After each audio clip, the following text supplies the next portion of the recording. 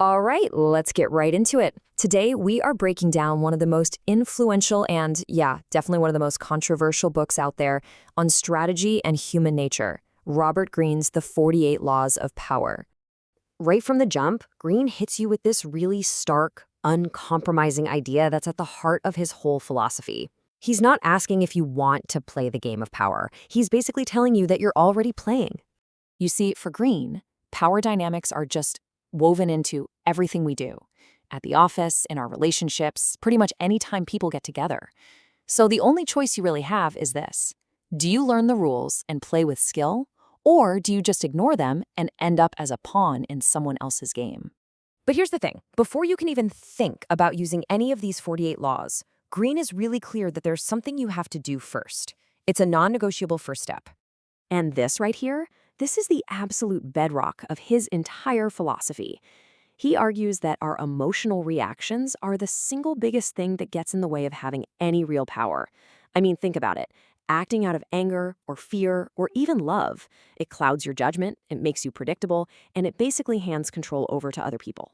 Real power, he says, starts with ice-cold self-control. So how do you build that foundation? Well, Greene lays out 3 core skills. It all starts with being brutally honest and looking at your past mistakes so you can break those old patterns. Next, it's about developing patience, learning to wait and act at the absolute perfect moment, not a second too soon. And finally, it's about understanding that power is often about perception, about wearing the right mask for the right occasion. Okay, so once that foundation is solid, then you can start getting into the laws themselves. You can kind of split them into 2 main categories. Let's start with the laws of offense. These are the proactive moves for gaining influence and getting an edge. We'll just look at a couple of examples, but they really show you the kind of logic the book is built on.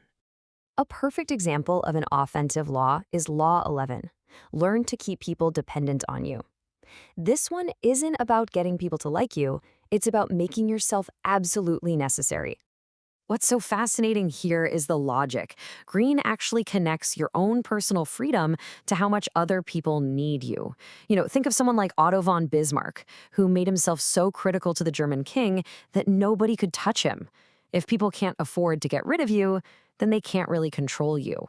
It's a pretty powerful and kind of unsettling idea, right? So in practice, this means you need to weave yourself into the very fabric of whatever your boss or your organization is doing. Have a skill, have some knowledge that they just can't do without. This gives you this subtle kind of leverage that's way more effective than a direct fight. It gives you room to move and to push your own goals. Let's look at another one from the offense playbook. Law 28 is all about the psychological punch your actions can have. This is a lesson you see over and over again from history's most gutsy leaders. In Greene's world, if you hesitate, people see that as weakness. Period. It shows a lack of confidence that just poisons your efforts from the start and basically invites people to challenge you. But boldness, like Caesar crossing the Rubicon, it's a statement. It can paralyze your opponents. And even if you make a mistake, it still projects power. And you can see the tactical advantage here, right? Bold moves get attention, they get respect, and they often scare your opponents into backing down. And what if you mess up? Well, according to Greene, the answer isn't to say sorry and hide. Nope, it's to double down with even more audacity. But hey, gaining power is only half the story. Just as important are the laws of defense. These are the strategies for protecting what you have, seeing threats before they hit, and just making sure you survive in a world full of people trying to get ahead. And when it comes to defense, there is probably no law more critical than Law 5. So much depends on reputation. Guard it with your life. Greene basically says your reputation is everything. It gets to the room before you do. It can win battles for you without you even having to fight, just by scaring off rivals or attracting allies. But if it gets damaged, that same reputation becomes a huge weakness that your enemies will jump on. So what's the takeaway? You have to be constantly on guard. You need to carefully build your reputation around a few key things. Maybe you're known for honesty, or maybe for being ruthlessly efficient, and then you have to defend it fiercely. And at the same time, the law also points out a pretty brutal offensive tactic. One of the best ways to take someone down is to attack their reputation, and then just step back and let everyone else do the dirty work. All right, let's talk about another defensive law. And this one, Man, it really goes against our instincts. When we feel threatened, our first reaction is to pull back, right? To build up walls. Green argues that's a fatal mistake. I mean, just look at the difference here. When you isolate yourself, you cut yourself off from crucial information.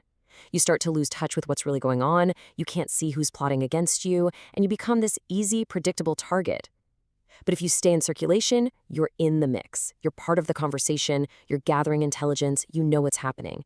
It's exactly why Louis XIV built Versailles, to keep all the nobles close where he could see them, not to push them away. So, okay, we've looked at offense, we've looked at defense, and it all kind of brings us back to that big choice Green gives you right at the start. You know, Green pulls a lot from thinkers like Machiavelli, and this quote right here, it pretty much sums up the whole worldview. The argument is that ignoring the darker side of how people operate doesn't make you a good person, it just makes you a victim. And at the end of the day, that's the question the 48 Laws of Power just leaves sitting there with you. Is this thing a cynical handbook for sociopaths, just teaching people how to manipulate for their own gain?